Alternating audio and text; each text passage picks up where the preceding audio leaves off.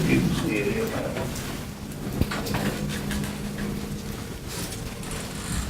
Now this one here, Could I ask you another question? Since you got started so early, finding your own thing, how did you feel about all of these classes that you went through where everybody else was working so damned hard trying to find their thing and probably a little bit jealous of you that you were just already trucking on along? How did that make you feel? Did you feel separated from the other students, or did you really realize how fortunate you were to find your own thing, that is? I guess I felt good. I mean, if that's the way to answer, but I didn't feel like it was nothing unusual, because it was just like the people you called the name that was in the thing, the class with it. What his name? Elaine de Kooning and No, the one that went to class with it. Noel Mahaffey. Yeah, Mahaffey. But see, I guess if I was gonna say he had something, I kind of admired his work. Yeah. And especially the pencil work that he did. But now, other than that, I never really thought I was doing, nothing I don't think. That was very interesting that the two of them were in that class, because Noel also seemed to find his thing very early on. And then he went away to art school, and then he came back and studied more. And at this point, I guess in terms of the way the historians measure us today, people like George O'Keeffe or Edward Hopper or Ivan Albright would probably be very slow in getting their recognition, because today's art world, well, everything probably since about 1950 has to do with whether you're an original member of a new movement that gets national or international recognition, which is recognition, but it's a little different somewhat. And Noel Mahaffey, having been in the sharp focus realism show at Sidney Janis, he's in all the literature. He was one of the original photorealists, sharp focus realists. And so he probably has the most secure long-term professional recognition of probably any Texas artist since Robert Rauschenberg. But there are many roads to Rome, and everybody has to find their own. But I hadn't really thought about that when I asked it, because the standard that the two of you were setting probably made all of those other students sit up and take notice. And this is one of the things I'd like to pass on to you students, because I think that today I've been, and I won't get into it, but I've been very, very involved with art education for many, many years.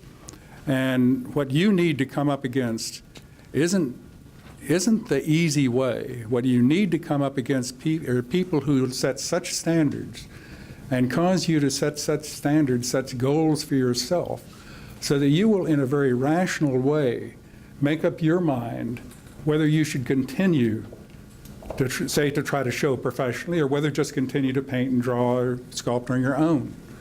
Because today we find now that half the country have degrees in art, and all of them are expecting to make a living at it, when about one out of 150,000 might make a living out of it.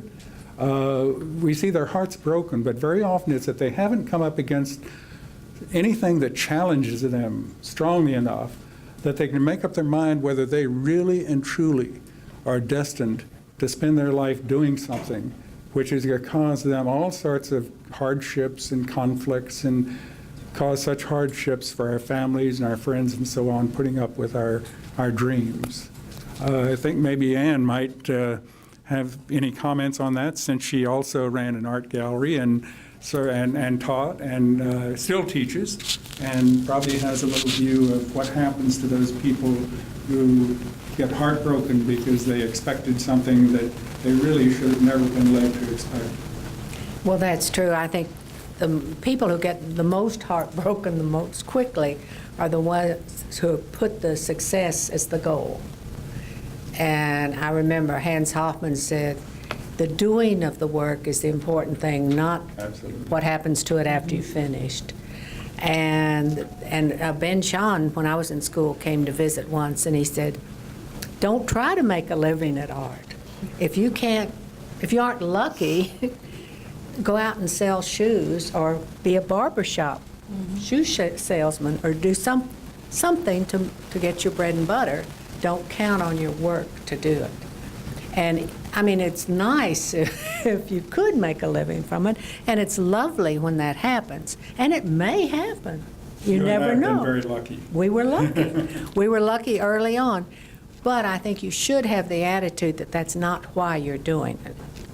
And I think that's true with all the arts in a sense, and maybe with some things like clergymen and medicine and things too, that you're not in it to make a fortune. And perhaps the ones who are using that for their goal end up not doing the most successful and best work too, because they're putting their goals on other things. Arthur? That's something down your alley. My parents were artists, and when they found I wanted to go into art, they didn't like the idea too much because they'd seen enough of the art world to realize it wasn't that nice a place in some ways. I also, through my parents, met a lot of artists, and the ones who were very successful were usually not the happiest. Often they were bitter because even though they were successful, they wanted to be even better known than they were. And I guess I figured I wouldn't be successful. That wasn't my goal. My goal was to do art. And I was lucky. I did find a way to make a living as a teacher. I just fell into that by accident. And Chapman talks about me being a natural teacher. The first year I taught, I threw up before every class. It wasn't natural. It was, I did not, it wasn't comfortable at all. Talking like this would be impossible for me at that point. But it did give me the chance to spend some time making art. The teaching didn't take up all my time. And it doesn't matter what kind of job you have. I did a lot of other things. I washed dishes. I was a busboy. That's true, I think, of almost everybody. But I think that the happiness comes not from the success, but for being able to continue to grow. And I didn't start off as clearly as Willie did. I started off knowing I wanted to be an artist, but I had no idea what that meant or who I was. It took me lots of years.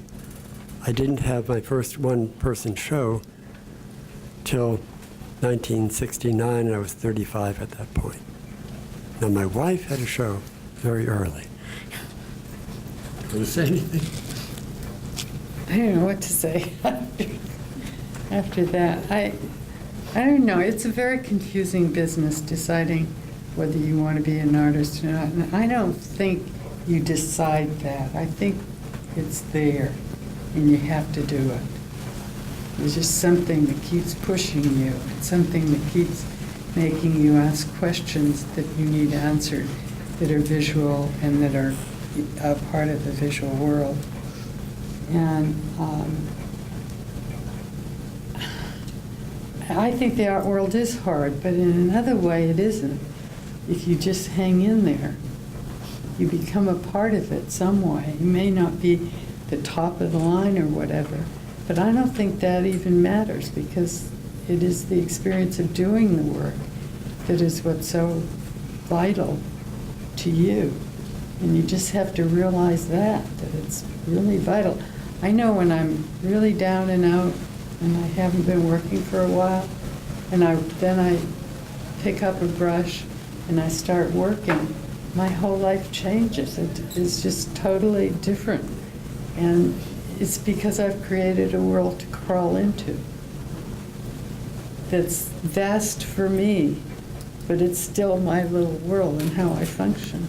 So I think you have to believe in that, and then whatever follows is good or bad, either way. That's right.